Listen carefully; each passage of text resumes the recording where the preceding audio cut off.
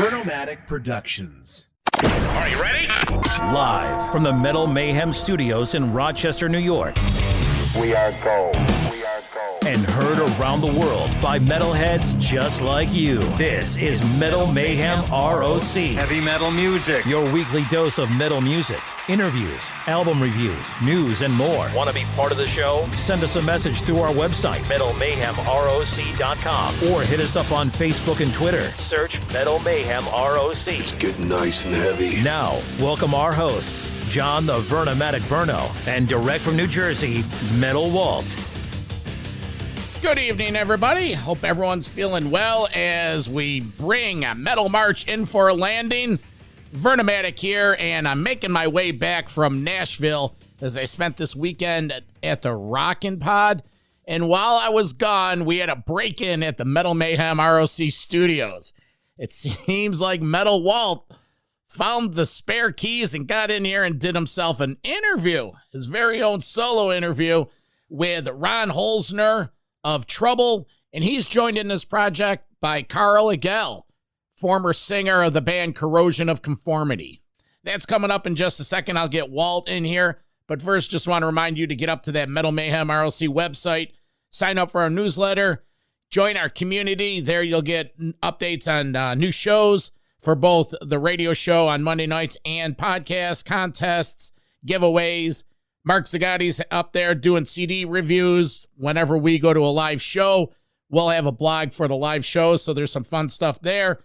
Get up to the download past shows section. Last week, we had Jarvis Lefterby of Night Demon. A couple weeks ago, Bobby Gustafson of Overkill and Satan's Taint fame. And Steve Riley from Riley's L.A. Guns. So, let me get the culprit on the line from New Jersey. Metal Walt, what's up, man? Hey, Verno, welcome back from Nashville. Like you said, listen, the journey doesn't end just because one guy goes and does some other work. We are multitaskers, and the pipeline always has to stay filled. Well, so while you were going, I'm setting up new discussions. I guess so. I guess the fake rock in front of the studios doesn't fool you. So what'd you get involved with while I was gone? So Ron Holzner and Karl Agell, these guys are staple veterans from that doom metal genre that going back to the early 80s. And they got this new band called Legion of Doom that's about to hit the road in Europe at the big festivals this summer. And it's really honoring the legacy of the late, great singer of Trouble and the Skull, Eric Wagner. These guys were extremely emotional about the passing of Eric because it really happened so quick a couple of years ago. He was on the road and basically passed away because he was an anti-vaxxer. They were kind of torn as to what to do go forward. Ron, being his sidekick and bass player, decided to call his best friends, and now they're going to have a celebration of his life that's going to be an interesting open door policy. He mentioned a couple of the guys that are going to be in it now, but he said anybody's open to come in and out, and this thing is going to continue. They have music written with Eric that was never finished. They're going to continue it with Karl singing. They're going to hit the road, and they hope to get out in the States and do a little bit more. So great conversation. And on top of that, they were just really good, expressive guys about their upbringing in the scene and what they've gone through the years and kind of how they see this thing unfolding at the next part of their career. So this one is one we can all relate to, and I know this is going to be an interesting listen. Yeah, and we're just joking. I did make a cameo appearance in this. It was just that Walt pursued this interview, and I just basically engineered it. So we're just having some fun, but I do make an appearance in that. But this is really Metal Walt's little journey, if you will. That's how we are here, man. You know, it's... When I'm gone, the guys pick it up. Next man up mentality, as they say. There you go. All right, well, so let's get into this. For Metal Walt, I'm the Vernomatic. This is Metal Mayhem ROC.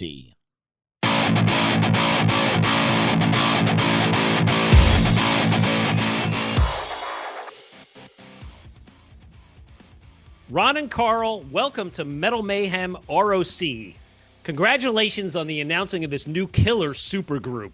Legion of Doom. How you guys doing tonight? I'm doing great, man. How about yourself? Doing awesome. I'm assuming you're calling in from Chicago? Absolutely, man. So quick question, Cubs or White Sox? White Sox. Oh, man, my 14-year-old, he's a diehard Cubs fan. I'm hoping to get out there this summer and visit Wrigley for the first time with Not your him. fault, right? If you made him a Cubs fan, that's child abuse, man. I actually, over to the left of me, I have a picture of Harry Carey that I got out of an old program that says, "This Bud's for you," with his picture, and it's framed. So that's in my heavy metal shrine amongst all my metal stuff. So, Harry's awesome. He's a wonderful guy. and Wonderful. Carl, where are you located? I see a Iron City beer thing behind you. That was my technician wife is from Pittsburgh. That she's in here fixing everything. That kid was her though. I used to love drinking powders when I was up playing there. I love Pittsburgh, but I'm coming at you from Durham, North Carolina. Okay. Yeah. All right. Well, that's great. Nice to meet you guys both. So, hey, listen, it goes without saying that, the metal family really lost a legend back in the summer of 2021 when Eric Wagner passed away. I mean, for me, it devastated me, and I actually was ready to go see the show when you guys were out on the road with the Obsessed. I was ready down the shore to go to the show in Brooklyn that night and found out that you guys dropped off the bill, and then shortly after that, he had passed away. So it was a shock to say the least, but maybe Ron, for you, before we get into Legion of Doom, talk about your relationship and your friendship with Eric, and kind of like, what was he like as a person? Man, we've been together 30 years at the probably more than that. We didn't get along in all the years of trouble, but when we did a Skull, we had the common thing where, because I left the band, then he left the band, and then Ole left the band, the original drummer for Trouble. Then we all got together. We played a festival, all three bands that we were in. So we're like, hey, let's start a band, let's jam. And we had a time to sit and hang out. But we became close, like in the whole years of the Skull, like writing together. And he became a different person. And I was trying to help him become a better person, because he was a prick in the old days. And we got along, and I'm fucking honest, and we wrote some great music together. And it's like, let's fucking do something for legacy. Let's do something that's going to last for a long time together. And we did the Skull. We wrote some great music, and we came really, really close. And losing him that way and that quickly, it was a shock. It made me just take a step back, where I quit. I didn't want to play music anymore, and it's funny because that tour, because we were supposed to play in Raleigh, and Carl's new band was supposed to play with us as well. It's like, then the next couple of days we're going to be in Brooklyn at the Vitus bar. But we played Austin, and 2 weeks later he was dead. It was really fast and furious, and it took me a while to get my head on my ass and say, hey, I want to play music again. And first person I called was Karl. I said, hey, how would you like to get together and help us do a memorial for Wagner in Chicago? So they're doing a show at this place called Reggie's. They're going to do hang a banner of Eric Wagner in rafters. And they said, we want... can you help us put this memorial together and pick bands out? And I'm like, well, how about the Skull just plays and I get a couple of our buddies to help sing? And Karl was my first choice. So that started the whole ball rolling. And yeah, so it is true then, because I was doing a little research. So you guys, you didn't perform under the name Legion of Doom, but you actually went and played some shows as the Skull with Karl singing, correct? Yeah. We did the two memorials. Okay. For Eric Wagner. First was, as the Skull with Karl singing, and we had a local guy, Bruce Lamont, who plays in Zeppelin 2. I don't know if you've seen them. They're great. Yakuza. And we played a second memorial show in the suburbs of Chicago, which was bigger. And Bruce couldn't do it, so we got Scotty from Vitus, Scotty Reagers, who called us and said, I'd really like to be part of this. So he was going to be the second singer, because, I mean, you can't fill, we were never trying to fill Eric's shoes, get a new singer, and continue to Skull. This was just memorial shows and play the Skull music for people, and it was going to be the end. And Scotty came aboard, and during rehearsals, we started playing Vitus songs, we started playing CLC songs. It was like, we're having fun, you know, because we went through the first one, which was hell. It was just a very emotional, draining show. The second one, it was more like us moving on, you know, for a lot of people as well, you know, in the Chicago area. It was healing and acceptance, and like, okay, Eric's gone, and what are you doing now? You know, so we actually supported ourselves. We wanted to play as a different band before the Skull and play the different songs, like the CLC and the Vitus songs. So we came up with Legion of Doom. We're like, let's call ourselves Legion of Doom. Just sounds like it's a fun name. Let's just do it, you know. And we did that and played before the Skull. And next thing you know, Europe festivals wanted Legion of Doom to play. So all of a sudden we were booked to Hellfest and Grasspop, two of the biggest metal fests in Europe. We're like, hey guys, I guess we're a band. That's amazing, and that is a testament to you guys, because Grasspop may be the biggest metal festival, maybe outside of Wacken. Absolutely. I work for a European company out of Belgium, and I know I have colleagues that have gone to Grasspop every year, and they say it's just like a totally killer environment. It is, yeah. That and Hellfest too. Yeah. Wonderful, great, huge metal fest, and they wanted us to play. So we're like, okay, let's do this, you know. So I thought it would end with the Skull, and it just kind of continued into, also just morphed into Legion of Doom. And who are the other guys in the band? So you're carrying your other Skull members with you? Yeah, no, this Lothar Keller, the guitar player that me and him wrote all the music in the Skull, and we had Henry Vasquez on drums, who played in St. Vitus with Scott Reagers. Yep.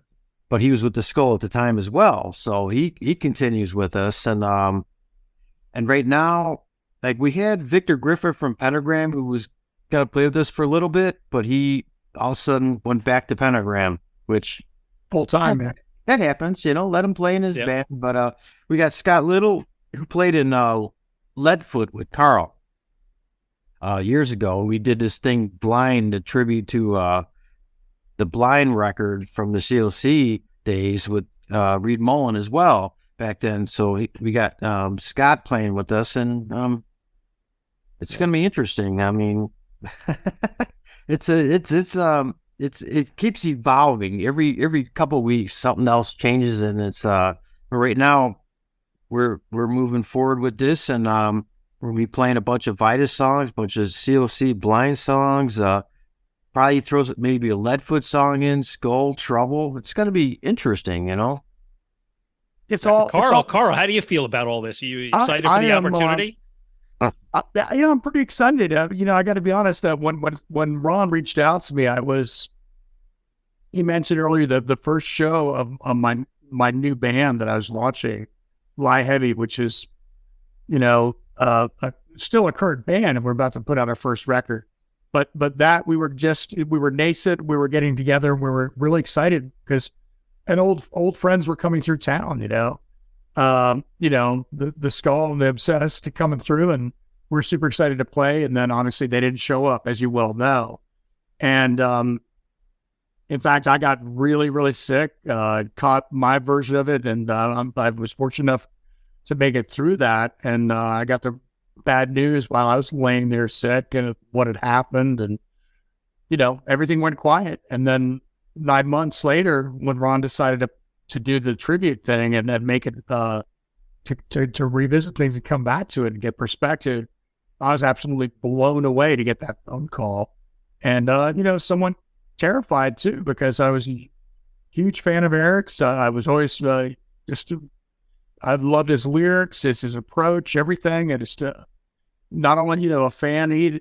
I've been up on stage when Trouble came through back in the day, and I was COC.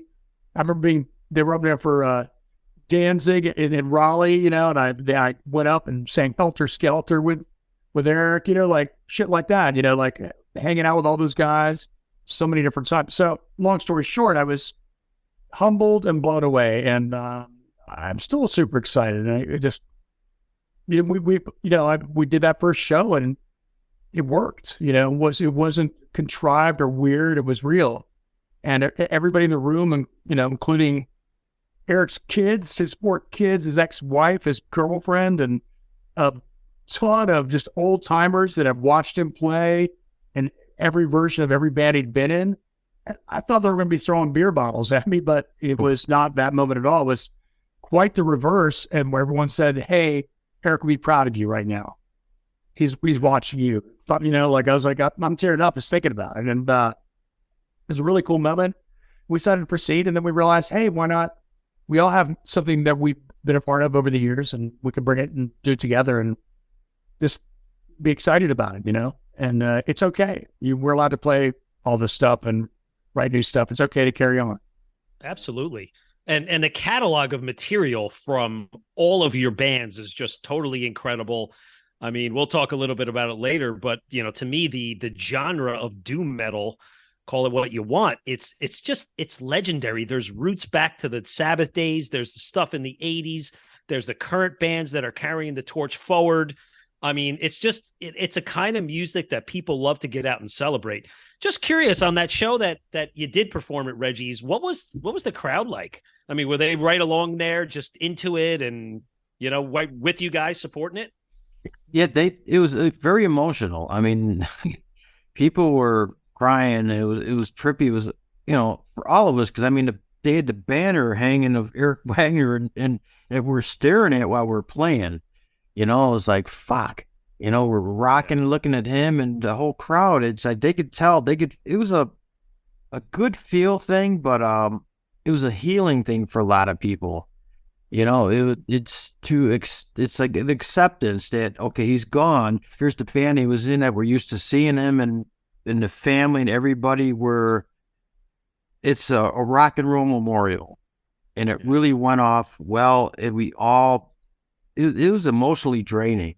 I mean, but it was a very good night, and everybody was supportive, and everybody was saying, you guys should continue to play.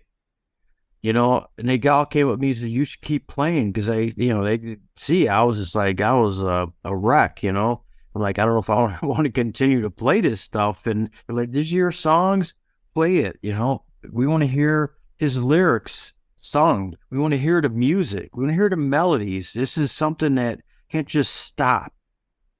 So everybody was so supportive, and it's like, and it kind of like kicked me in the ass and catapulted this forward, So just how do you assemble a set list for these shows, right? You get out there, you do an hour and a half at Grass Pop or something, right? Like you got to do 15, 16 songs. How do you put that together? I'm already working at it, trying to we got like 3, trying to put like, okay, well, 4 Vitus songs, 4 COC songs, 4 Trouble songs, 4 Skull songs. That's 16. That's good. And kind of, it's going to be tough, but we're going to do it to whatever's the best for the set. We're going to probably learn 5 of every band just to mix it up and cover songs and just stuff to cover the whole basis and it's basically about us having fun ourselves, and we're going to make sure everybody, because you can't hear Vitus songs live anymore. There's no more Vitus. So having Scotty and Henry playing these Vitus songs, we're going to pick, 4 good songs that represent them 2 guys. And the same thing to COC Up to Blind record. And we're going to, it's going to be a good set, man. I got almost the whole set list written, but it like, I'll wake up the next day. I'm like, wow, we tried this, and we going to start rehearsals yet? So as soon as we start rehearsals, we're going to start tweaking it. Cause like right now we got a couple Skull shows coming up, which is, bizarre because we're still getting booked as a Skull with Karl singing. So we're just doing all Skulls, it's mainly Skull with, some Trouble stuff. So people still want to hear that. So we got like 3 festivals coming up as the Skull. So that's kind of like threw us for a loop, like, okay, we're going to continue this as well. And then we're going to do this too. So it's tricky. It's, we got a lot of songs to learn, a lot of songs to remember, and them little brain cells we have left rumbling around up in our head, we're going to be kicking them. What if I can ask, it's obviously the European tour circuit, they always seem to draw the killer acts, and then us as Americans, you look and you go, oh fuck, man, why isn't that coming around here? I mean, I'm a New York, New Jersey guy. I would love to see this group come through the St. Vitus bar in Brooklyn or anywhere else. You guys thinking of maybe doing select shows around the country if the time is right? Dude, I was just at the Vitus bar last week, man. Oh, my God. For the week, man. Came in to see Pigs. I saw that advertised. I didn't know who the hell they were. I saw them at Desert Fest in Germany last year. Great. It's just punk, stoner, crazy band. They're just electric, And my wife and I, let's just go to New York for a weekend, buck around and go see some shows. We got a hotel right around the corner from Vitus Bar, and the next night was Nebula and Atomic Bitchwax. So I went to both shows, Wow. But it's fun. Place. I love that place. But yeah, we're gonna right now we're just booking the festivals around the country, around the world, basically, until we start working on a new record, which we're gonna be doing this summer. And then I think next year we're gonna be busy. Really do. So you just took the words out of my mouth. So you guys are going to go out and write new material. Well, yeah, we already got 3/4 of the record written. I mean, we had the new Skull wrote. We wrote the new Skull record with Eric. We got 5 songs with his lyrics, which is crazy. So we're gonna let Karl and Scotty sing his lyrics, but come up with the melodies, and it's gonna be like a split Skull record and Legion of Doom, because the new songs are gonna be Legion of Doom because we can't really write as a Skull anymore. So it's gonna be a split album of pretty much the same band, but doing different things. It's gonna be a Skull Legion of Doom record, and that should be done and out. I'd say by spring. I know it takes so long now to get a record out. But yeah, we're going to be recording this summer. So, but we hopefully release a couple singles this summer. That would be that's the plan, is to get a couple single tracks out there as they make sense to be put out there. Yeah, that sounds like a great idea, guys. You guys got a nice vision forward. You're not letting go of the past, but you're carrying it forward, and that's an honorable thing to do. And as fans of your kind of music, man, this gives me goosebumps and exciting. I can't wait to hear this stuff. So really appreciate the update on Legion of Doom. So let's take a little time to have some fun. Maybe we do a little heavy metal history, go down memory lane. So we'll talk a little bit about it, guys. I mean, Ron, you know what? Let's talk the Trouble days, right? I mean, you played in the band from, if I have it right, 1986 through 2002. You performed on 4 albums. Run to the Light was the first one. For me, the album Trouble, this is where I cut my teeth on Trouble. This was 1990. I mean, I'll never forget the song At the End of My Days and Psychotic Reaction. I was able to catch you guys at L'Amour opening up for Sabotage, September 1990. That was the only one of 2 times I've seen Trouble play. But I do remember you guys getting exposure on MTV at that time, and it got you a little into the spotlight there. So talk a little bit about that period, like the late 80s, early 90s there. I mean, it's like having signed into Rick Rubin, and Deaf American was huge, a big deal. I mean, from the Run to the Light from Metal Blade, and it's like following in the steps of Slayer, because they went from Metal Blade to Rick Rubin's Deaf American, and we were like, okay, this is great, and it brought us to forefront, and working with Rick Rubin, we learned how to write songs a lot better, produce a record a lot better. It's like that first Trouble record on Deaf American was it's incredible. I mean, I just listened to it the other day just to listen to it. I'm like, damn, It's like we're our heads, man. That was amazing when we came up with that. And it's like playing them songs. To me, still to this day, it's exciting to play it in front of people, and they love it. So we're gonna be playing a bunch of them songs. I'd like to really concentrate on that album to play with Legion of Doom, because I'm so proud of that record. And it's like at that time, it's like L'Amour. I mean, God, I remember I played L'Amour East when it was, they had two of them. The one in Brooklyn, not the one in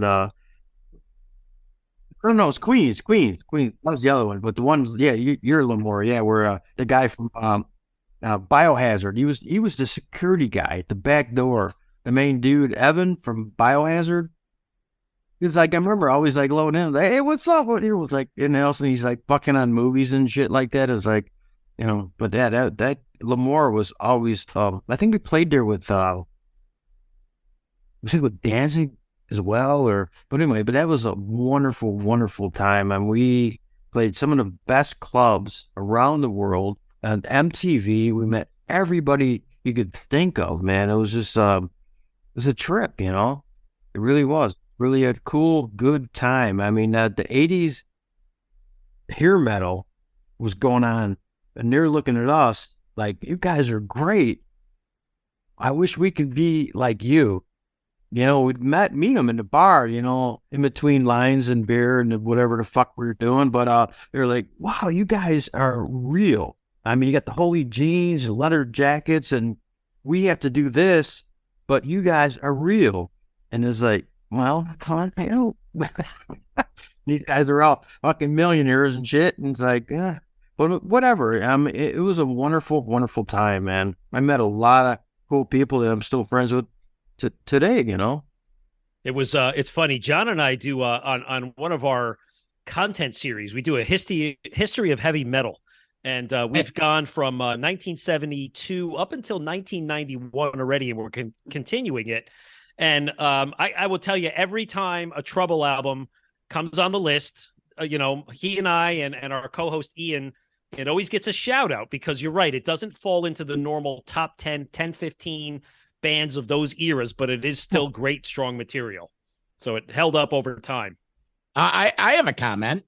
It was Evan Seinfeld from Biohazard. It was that last name. And I'm up here in Rochester, New York. I remember seeing you guys at the Penny Arcade. Oh, all right. I remember that place. Yeah, back in the day. And that was like their early stuff. And Rochester was that big, we're not New York, but we have that rich history.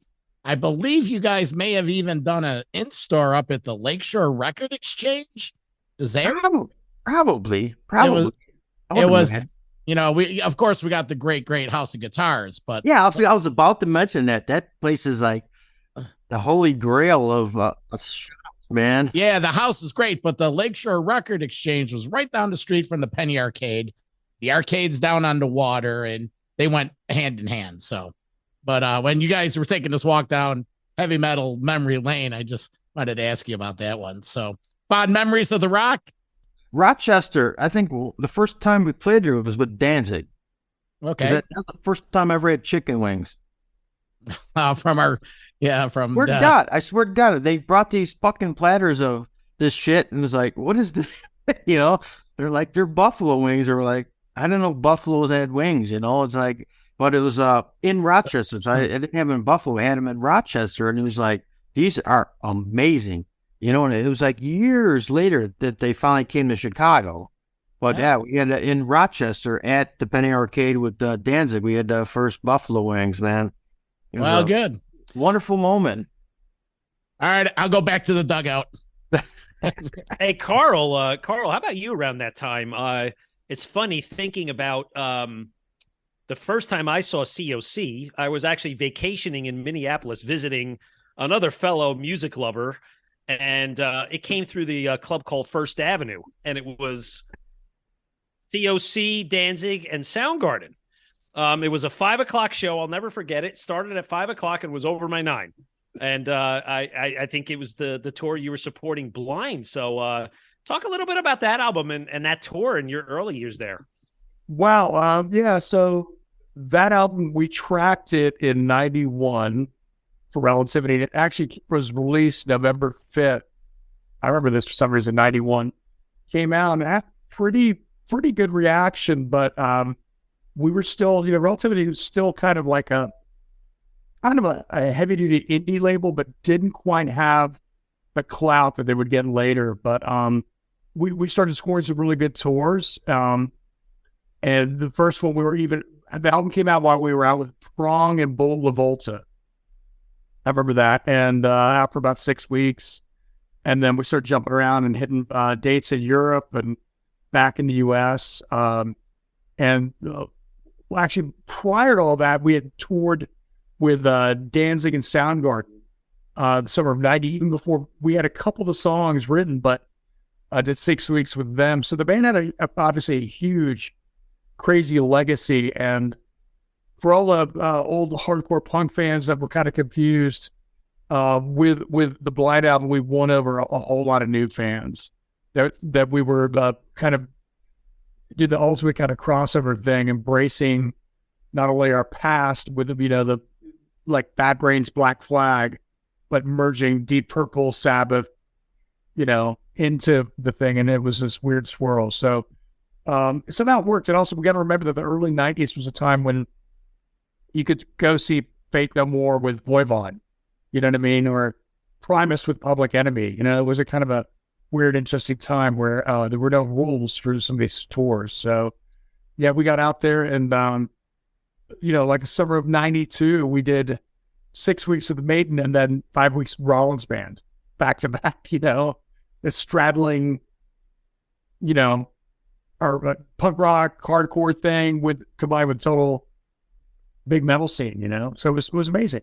We were lucky. We kind of morphed it all together, and yeah, holy shit, all over the place, Yeah. Well, it's the only one I didn't sing. Thank you very much, but that's all right. You should have. Cool. No, it's all right.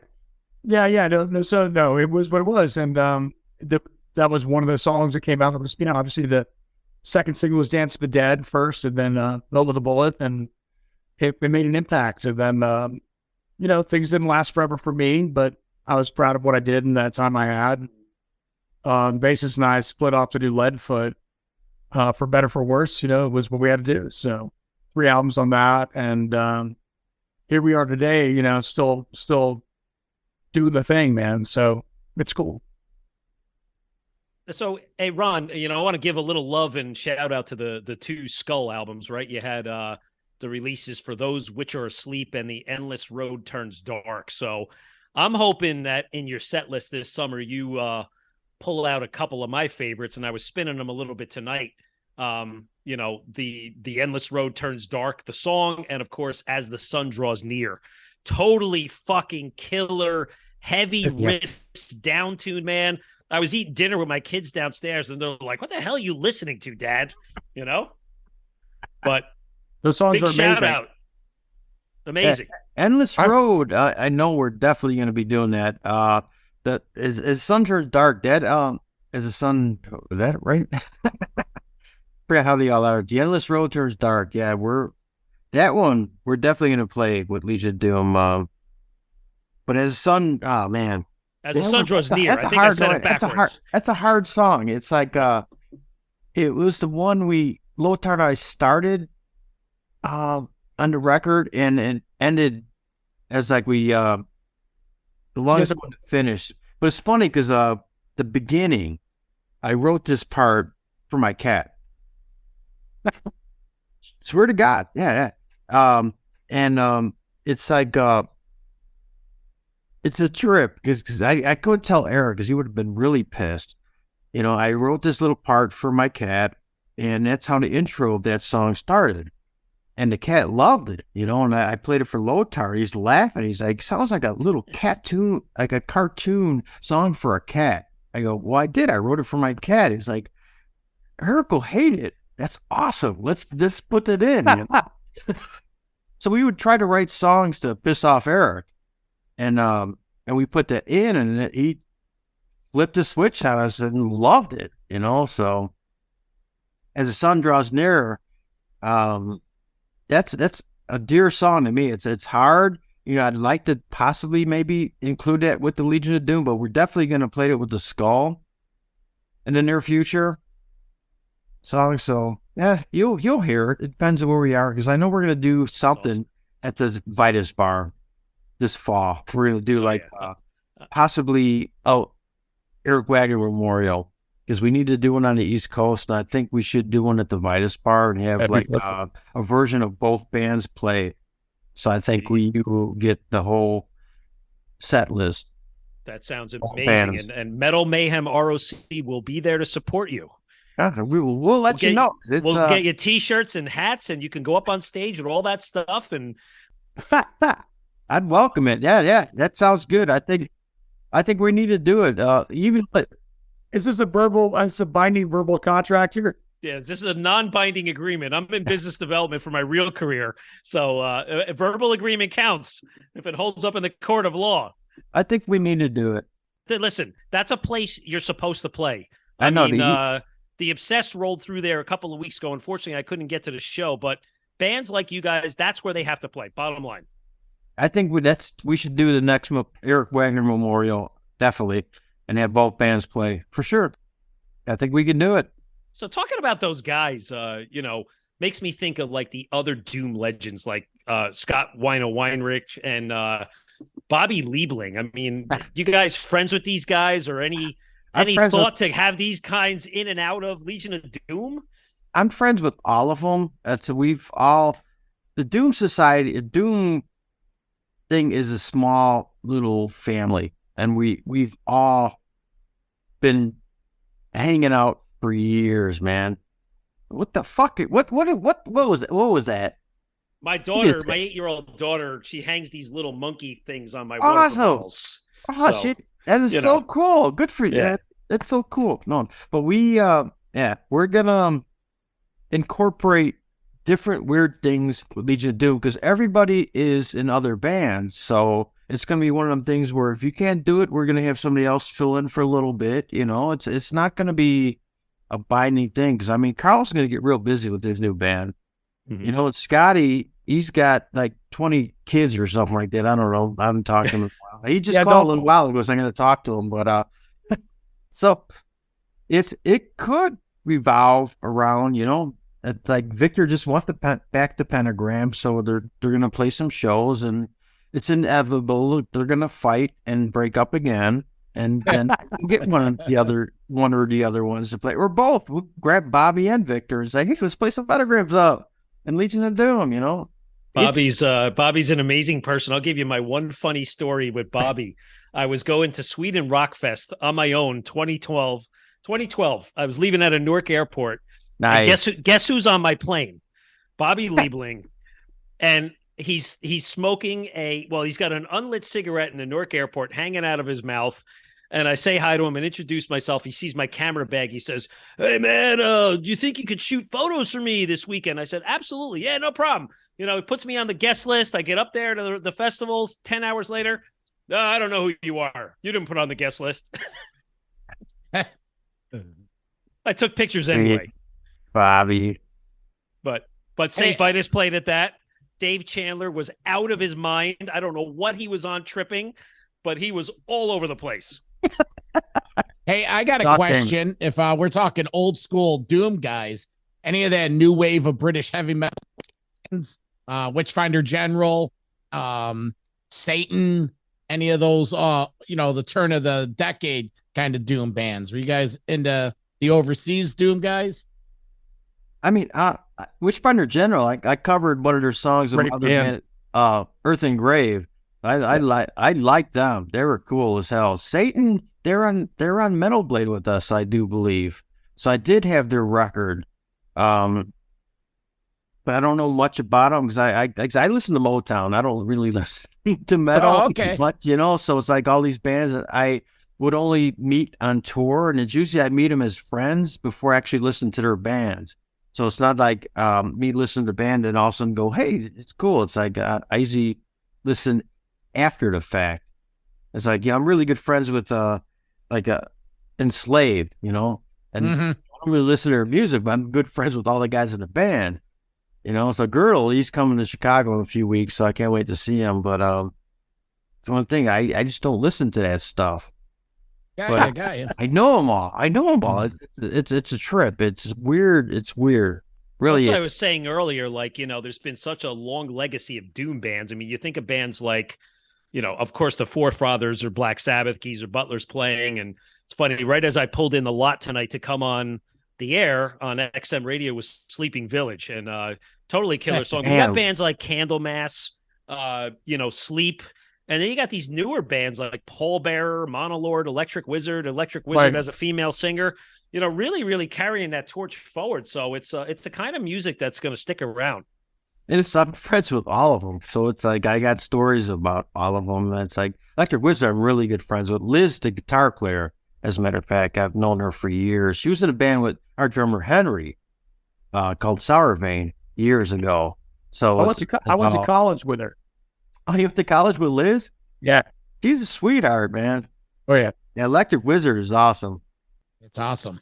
Her Lori from Acid cool. King. I mean, we man, all of them. They're so it's a small community. We It's a all small know each community. other. What about you guys have any exposure or experiences through the years with the Sabbath guys, the forefathers of doom metal? Have tour any with them or run into them at festivals, anything like that? I've met them all differently in different situations. We never got a chance to tour with them. I know, like, I'm good friends with Mike Borden, Puffy, from the drummer from Fate No More. He played with Sabbath. Yeah. He's like, inviting me down. He's like, you got to come and say hello, to these guys. I'm like, I'll get you backstage. I'm like, sure, I want to see fucking Sabbath, So it's like, I think it was Indianapolis. I drove down there and he got me backstage and we're hanging out. And he brought me, he's like, you want to meet the Sabbath guys? I'm like, hell yeah, walk in the door. And Tony was the first one right there. He's like, hey, well, he looked at me, he's like, I know you. Like, 'cause I met him a few different other times, which I get other stories. But then Ozzy and Sharon, they walked by and like, hello. Then Geezer, I walked up to Geezer. I'm like, okay, I'm finally going to meet Geezer.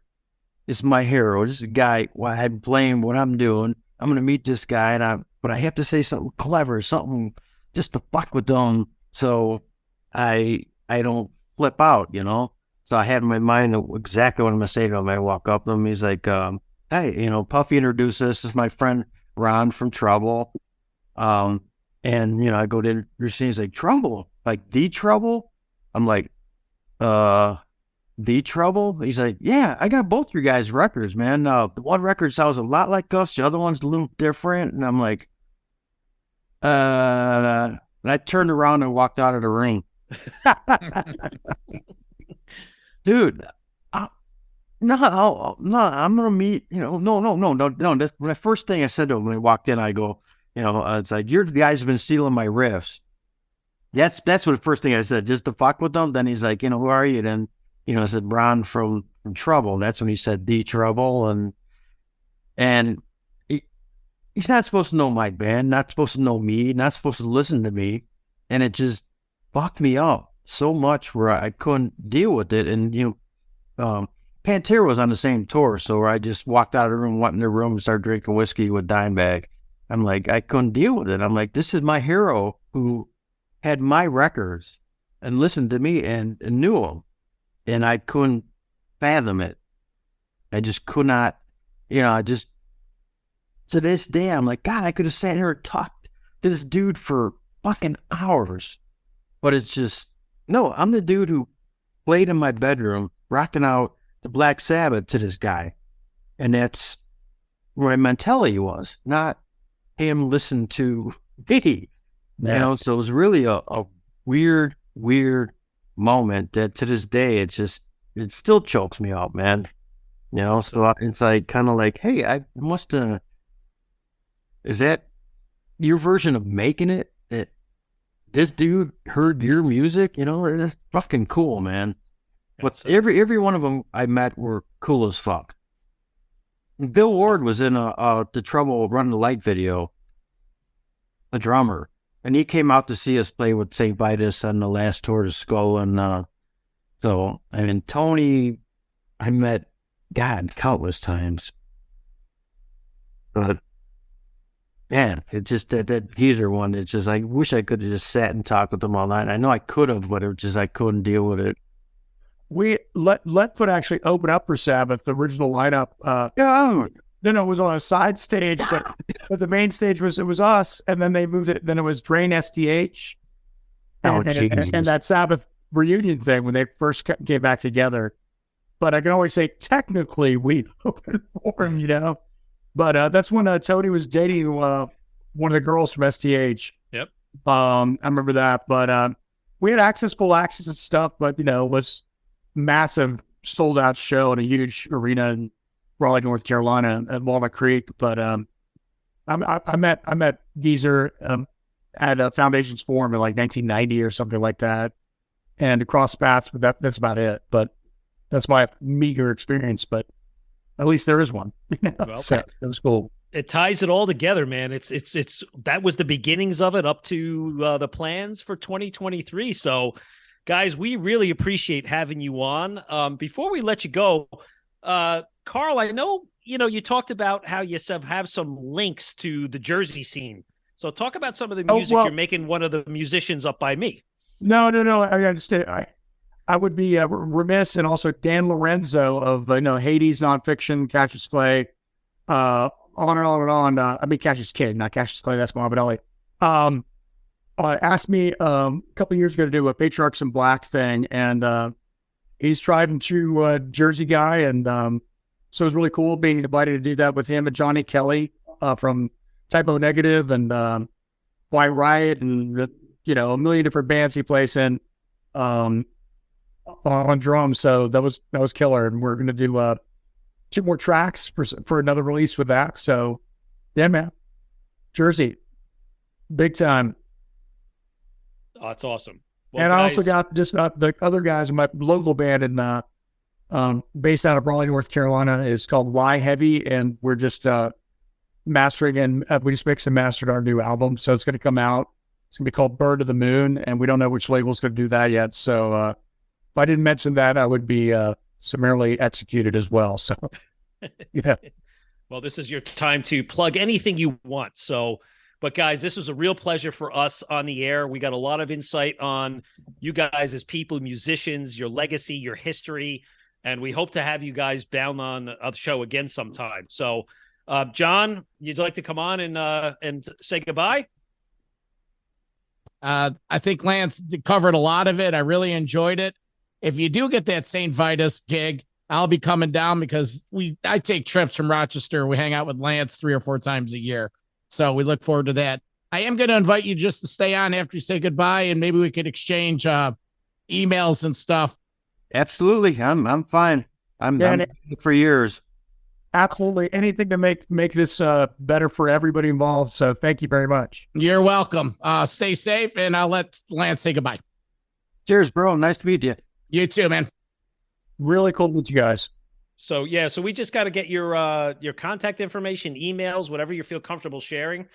We'll jot it down. We kind of keep a little database of emails for all the artists so that, we can hit you up directly from time to time, Please Drunk, call me in the middle of the night, whatever you got to do. Oh, fuck yeah, man. Listen. What are you wearing? What are you wearing? The company I work for has an office out by you somewhere, Ron. So if I'm out that way, I'm reaching out to you. We're gonna go out and have a couple of beers. We'll go out, man. Hell yeah. What the hell town's it in? Oh God, I was just out there in January. It's over by O'Hare somewhere. It's funny, Ron. You'll get a kick out of this. When I told you I was there last month, and it was Groundhog's Day, and I had no idea there was that big groundhog celebration out in wherever the Bill Murray movie was shot. It was like Woodstock, yeah, Illinois. It was all over the news. It's huge, Crazy. Man. Yeah, I was like, what the hell, man? We got Puxatawny Phil out here in PA, but that was quite the thing. They were drinking beers at 7 a.m. It was like 5 degrees out. Pretty cool. That's Chicago every day. Hey, not a bad thing. Not a bad thing. Look at the Bears game. Exactly. All right, guys, we got a split, man. It's been a pleasure. Cheers, bro. All right, guys. See you. Bye. Yeah, man. Bye. Metal for life. Thank you for listening to Metal Mayhem ROC. Check out our website at metalmayhemroc.com for information on podcasts, archives, links to all our live radio shows, and all sorts of info. Please like, follow, and share with everyone, even your non-metal friends. And always remember to keep it heavy.